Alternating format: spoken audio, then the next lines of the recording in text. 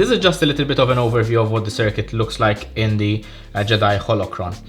Basically, you have the power pack, which are 4 AA batteries and basically 2 N2 connected in series, and these are rechargeable, and in total they output about 5.2 volts.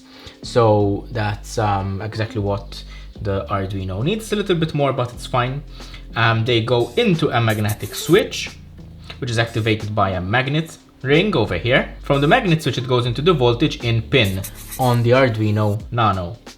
Then the Arduino has the 6 pin going into a 470 ohm resistor, which goes to the NeoPixel ring with 12 LEDs, which is programmed to glow when it is activated. The NeoPixel ring gets its 5 volts from the board from the 5 volt pin, as well as a ground which goes and connects to the ground pin on the Arduino Nano. The ground pin from the Arduino Nano then goes into the negative terminal of the battery pack, and that completes the circuit. Basically, all one would need is a magnet. In this case, I have a ring, and the circuit works.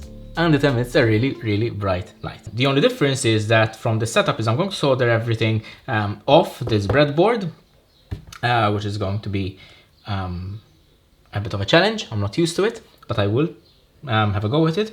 But the real challenge is this, having 4 magnetic switches on each of the corners. So whichever way I grab the holocron, it will activate, hopefully. So let's give that a go and see if that works at all.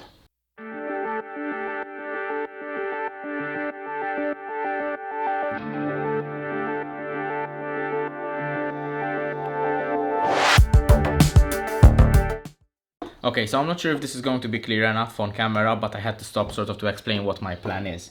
The idea is to put each of these are 4 magnetic switches connected in parallel.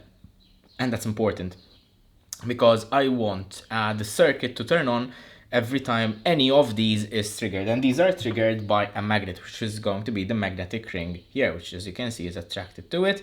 Once this is attracted to it, it's going to complete the circuit, close it up, and we'll have a full circuit connection. Now the idea is to have these 4 glued to every corner of the holocron on the inside. So that's going to be a little bit of challenge to accomplish, especially when we still need to put in the opaque panels inside, because these are hopefully going to be diffusing the LEDs, the NeoPixel ring. I'm going to continue working on the circuit for now. I'm going to be soldering everything together, and then basically just see if I can start putting things together. I'm probably going to put some aluminium tape at the bottom of this so it can reflect a little bit more light. But I think we're making progress. Let's see where this goes. I tested all the different individual switches. They still have continuity and they still work, which is good because these are really fragile. I wouldn't recommend people working with these. I mean, these are made out of glass, so they crumble very easily, so just be careful when you're using them. I wish I thought of a better solution, but this seemed cool enough at when I was planning it.